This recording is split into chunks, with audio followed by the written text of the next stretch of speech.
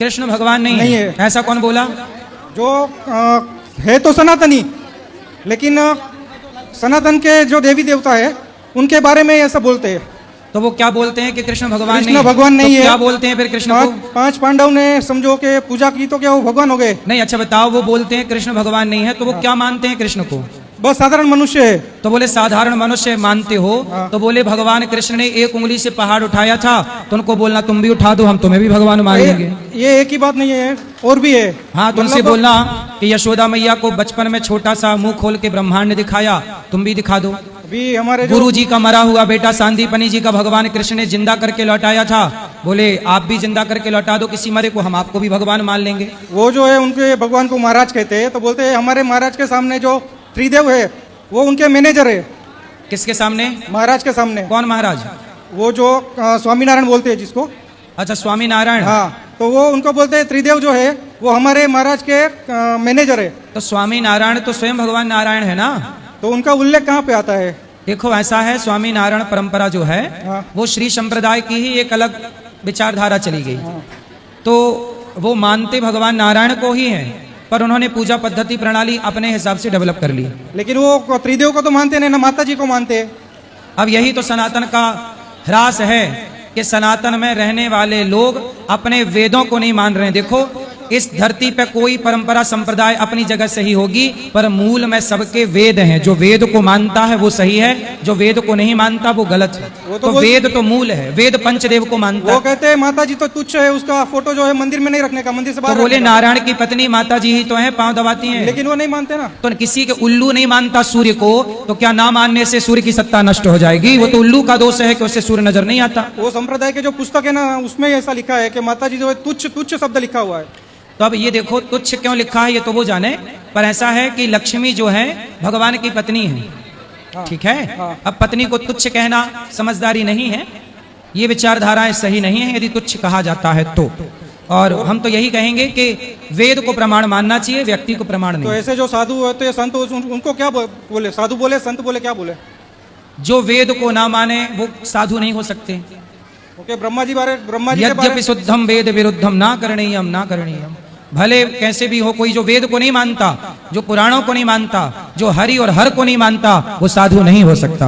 और उनके संप्रदाय में जो नहीं मानते, उनके पुस्तक भी नहीं मानते, तो देखो फिर उल्लू वाला कॉन्सेप्ट लागू होगा कि उल्लू सूर्य को नहीं मानता। क्या बोलते हैं हमारे ब्रह्मा, हमारे जो महाराज है वही सर्वोपरि है।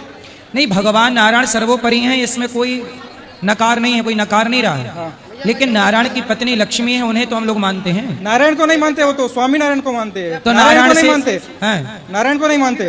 तो ये न शंकर को मानते, न राम को मानते, कृष्ण को मानते। उनके जो महाराज है उनको स्वामीनारायण नाम दिया है। उनका असली नाम है घनश्याम पांडे। अच्छा, जो असली नाम है उसका घनश्याम पांडे है। तो घनश्याम पांडे जी की पूजा करते हैं। हाँ। भगवान की नहीं? वो उनको ही भगवान मानते हैं। अच्छा, व्यक्ति को? हाँ, अभी वो उनको वो स्वामीनारायण मानते हैं। अब सोचो, जो व्यक्ति को भगवान मान बैठा हो, अब उनसे क्या बात करें? क्योंकि ब्रह्मा जी के बारे में बोलते हैं हमारे महाराज जो स्नान करते हैं, हमारे महाराज के पेशाब में ब्रह्मा जी तैरते हैं। अरे राम राम, उनसे बोलना कि अब देखो जो व्यक्ति को भगवान मान ले, इनसे क्या बात करें ये बताओ। हमारे ऐसा है, शेर यदि रेस लगाएगा तो शेर किसके संग रेस लगाएगा? गधे के संग तो लगा नहीं सकता, क्योंकि गधे के संग शेर ने रेस लगाई और यदि शेर जीत भी गया तो जीता किससे माना जाएगा? गधे से। इसलिए वो गधे की रेस में सम्मिलित ना हो तो ही अच्छा है। इसलिए जो व्यक्ति को भगवान मान बैठा है, ऐसों से बात ना की जाए, क्योंकि ऐसों से जीत के भी क्या पाओगे? हम तो ईश्वर उसे मानते हैं जिसके भ्रकुटी मात्र से पलक झपकाए तो सृष्टि का प्रलय हो जाए और आंख खोले तो सृष्टि उत्पन्न हो जाए। वो परमात्मा है जिसने। तो ये स्वामीनारायण जो है वो भगवान है या नहीं है? अब व्यक्ति भगवान नहीं हो सकता, ये याद रखिए। व्यक्ति है, उनका इतिहास पढ़ेंगे तो यही आता है, घनश्याम पांडे नाम है। यदि वो व्यक्ति है, मैं नहीं जानता बहुत ज्यादा, लेकिन आपके बताए अनुसार यदि वो व्यक्ति की पूजा है तो वो ईश्वर से भटके हुए हैं। व्यक्ति कभी भगवान, इंसान और भगवान समुद्र है, इंसान उस समुद्र की एक बूंद है। गंगा और गंगा का पानी, गंगा का जैसे सबके घर में गंगा जल होता है तो बोतल भर पानी होगा, लीटर भर पानी होगा, 50 लीटर पानी होगा, पर वो गंगा नहीं है ना, नदी तो नहीं है ना। तो गंगा का अंश है वो पानी। गंगा है अंशी और गंगा का जल जो बोतल में हम सबके घर में है वो अंशी है, उसी तरह ईश्वर अंश जो बोतल में भरा है वो अंश है, जो बह रही है गंगा वो अंशी है। तो जो ईश्वर है वो अंशी है और हम सब उस परमात्मा के अंश हैं, अंशी के अंश हैं। और एक तो हम प्रश्न- इंसान हैं, एक प्रश्न और है। हम जन्मा है तो हम मरेंगे, पर ईश्वर अजन्मा है। ईश्वर कैसे हैं? अजन्मा। अजन्मा। तो अजन्मा से जन्मा की तुलना नहीं हो सकती। हम अल्पज्ञ हैं, ईश्वर सर्वज्ञ है। हम बिंदु हैं, ईश्वर सिंधु है। इस धरती पे कोई मनुष्य कभी भगवान नहीं हो सकता। ये तो एक प्रश्न और है गुरुजी। जी। आप कहते हैं कि माता पिता ही भगवान है, ठीक है। भगवान की पूजा ना करो, माता पिता की करो।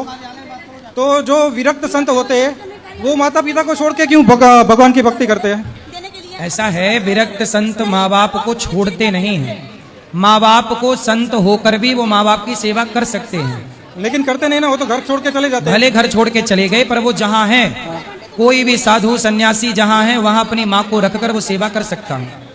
लेकिन गुरुजी बाहर से कैसे सेवा करें? माँ बाप तो घर पे है और वो और भाई होंगे माँ, इसलिए सन्यास माँ की आज्ञा से लिया जाता है। यदि माँ आज्ञा देती है तो सन्यास होता है, माँ आज्ञा नहीं देती तो सन्यास